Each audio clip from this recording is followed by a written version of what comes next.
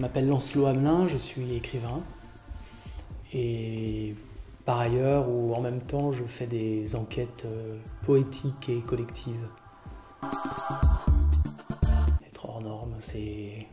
La question de la norme, c'est une question compliquée, puisque les formes que la vie prend forcément viennent à constituer une norme pour que la vie soit possible. Pour moi, la question de la norme pose la question de l'institution. Comment les activités humaines nous amènent à institutionnaliser ce qu'on fait et comment l'institutionnalisation de ce qu'on fait risque toujours de se scléroser en répartissant les rôles, les places, dans une sorte de hiérarchie rigide où on confond notre statut avec notre fonction. J'ai rencontré Chahut, on s'est rencontrés, j'ai été invité à participer à l'activité de Chahut en juillet dernier. On s'est rencontrés, on a exploré un petit peu la ville par rapport à mes enquêtes dans l'espace urbain, on a regardé ce qu'on pouvait faire et donc en juillet on a rencontré différents endroits, différentes structures, différentes institutions grâce à Élise Rochet qui nous a mis en contact avec différents acteurs de la vie psychique dans la ville. Et ensuite, on a imaginé un programme et on a commencé en octobre dernier. Alors, pour Chahut, concrètement, de tout ce travail, le week-end du 8 et 9 juin, on présente un projet qui a deux faces. Il y a une fiction arborescente, c'est-à-dire que les visiteurs sont invités à prendre un livret dans lequel est écrite une histoire, mais à la fin de chaque page, il y a un choix à faire, on a des choix à faire, ou alors en tirant à pile ou face, on voit si on est porté d'un côté ou de l'autre, et l'histoire se continue dans la rue, dans l'espace public, il y a des affichettes où le texte qui est raconté dans le livret est poursuivi. Et on est aussi, donc ça se présente sous la forme d'une sorte d'aventure, de dérive dans la ville avec une petite histoire, une petite enquête à résoudre et qui nous emmène dans différents endroits de la ville qui ne sont pas des endroits spécialement inconnus mais qu'on va voir de façon différente. Notamment, on est invité aussi dans deux endroits de travail social, le MPP et le CEID. Et donc cette fiction, fiction arborescente, c'est comme un livre alors dont on n'est pas ni le héros ni l'héroïne, mais dont on est l'arpenteur. Et voilà, il y a 5 ou 6 fins différentes qui éclairent de façon différente les problématiques qui sont soulevées par la trajectoire des personnages. Et la deuxième phase du projet, c'est une exposition qui là témoigne de l'enquête collective, participative, où il y a une centaine de gravures qui sont exposées, qui ont été produites tout au long du voyage. Chaque gravure est accompagnée d'un petit cartel avec le nom de la personne et quelques mots qu'elle a pu dire sur sa gravure, qui documente un endroit de la ville qui est vivant d'une autre vie que la vie de passant, consommateur habituel.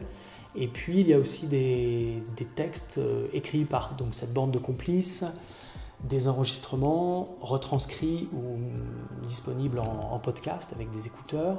Donc voilà, ça fait une sorte de voyage qu'on a appelé une cartographie sensible de la ville et qui est une sorte de livre ouvert écrit collectivement et travaillé tout au long de ces semaines.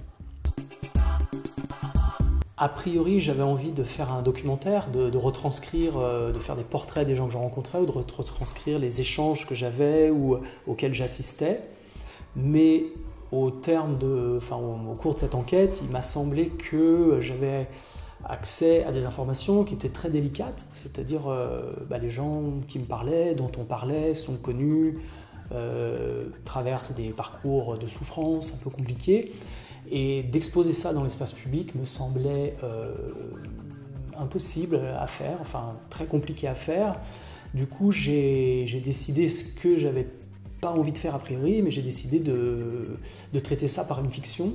Donc je me suis livré à l'exercice de la fiction, qui est un exercice un peu délicat parce qu'il implique des projections de ma part, d'assumer mes projections, ma position, et puis aussi une certaine réduction de toutes les questions qu'on a abordées. La fiction fait une sorte d'entonnoir et appauvrit un peu les choses, et en même temps j'assume cet appauvrissement dans le sens où il laisse la place au spectateur pour imaginer, pour projeter, pour charger lui-même ses propres affects, son imaginaire.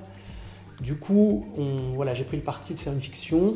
Et après, la question du livre-jeu, hein, sur le modèle des vieux livres dont vous êtes le héros, ou des narrations de jeux vidéo.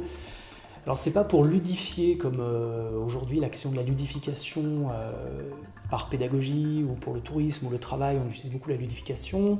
Alors, c'est pas pour ludifier dans le sens de l'amusement du jeu, mais c'est plutôt pour mettre en jeu, mettre en mouvement et susciter l'implication du lecteur dans la question de faire des choix, de s'impliquer, de voir sur quoi on a prise. Du coup, ce type de littérature-là m'a semblé pouvoir être intéressant pour traduire la multiplicité de toutes ces affaires-là, c'est-à-dire ça déborde. Donc une histoire, un texte de 30 pages ne suffisait pas. Donc là, de le déployer en différentes arborescentes me permettait de traiter un maximum d'informations. Et le fait d'exposer à la question du choix, de l'incertitude d'avoir choisi le bon chemin ou d'avoir raté quelque chose, me semblait traduire quelque chose de la dérive urbaine, du rapport à la ville, et puis du rapport aussi dans la relation à l'autre. On a toujours l'impression qu'on a raté quelque chose, que c'était pas suffisant, qu'on n'a pas dit le truc qu'on voulait dire. Enfin, dès qu'on quitte quelqu'un avec qui on a eu un échange, il y a une sorte de mélancolie, que ce soit dans les relations amicales ou encore plus dans les relations de ce qu'on a créé au coin de la rue en interrogeant les gens. Donc voilà, ce choix m'a semblé intéressant. Et puis il y avait un challenge d'écriture qui m'excitait aussi, d'écrire cette narration arborescente, de voir jusqu'où on pouvait pousser un peu du littéraire, de l'expérience d'écriture, avec cette question du choix au bout. Donc c'est un pari, c'est un jeu aussi. Non, je ne suis pas tout ça. Non, observateur.